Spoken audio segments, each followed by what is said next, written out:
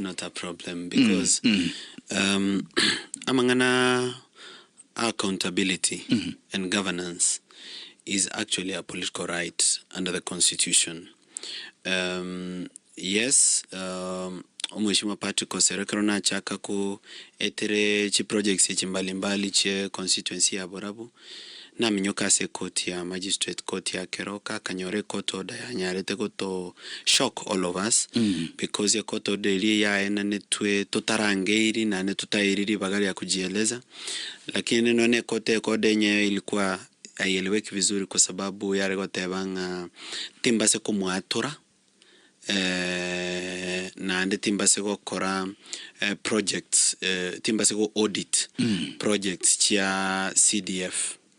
Yani timbase go wetera chi project chia CDF ko kwanera kende gions kera basikobe kyobonga inerelia, lakini omanyete ebintu biri byons to ko kwanegore chi project chia CDF ne bintu bira chi audit report chi serikali which is a public document in the parliamentary website and everywhere, na ande binde byabo of course ne bina koliro botukibwa no bonyene konyoranga chi company chi ko guchigasi chi ne chibesanga ichisirete.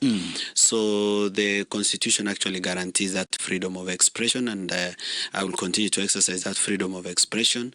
Na ira wakili wane the instructions bande go appeal or to seek review of a judgment in the Nyareko understood that how can a public officer waka nuno moshahara bwa bananchi ngakie kotira ruwe odanga tabaskuba question ko tabaskuba turwa kozi no monto waka nuna taxes chiaba Kenya na ndogo kolera aba Kenya when there is misappropriation of public funds. The reason chikoro ku public funds is because it belongs to the public, yani ne chiabantu, so you can't really gag them from questioning.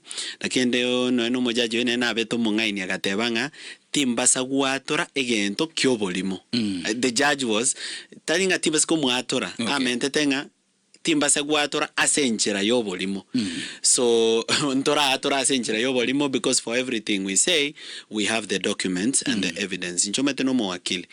And I usually don't lie and I don't tell half truths for convenience kwa mambo ya siasa. The true fact is that we have corruption in the Borabu constituency. Nchoma nyene na aliki Ririru Ethics and Anti-Corruption Commission. I'm waiting for them to take action.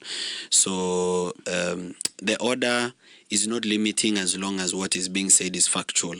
That is what I can say in English. Okay. Yes. Aba ike kotiara gutrinia ka service. Kera konyara ko ebek service.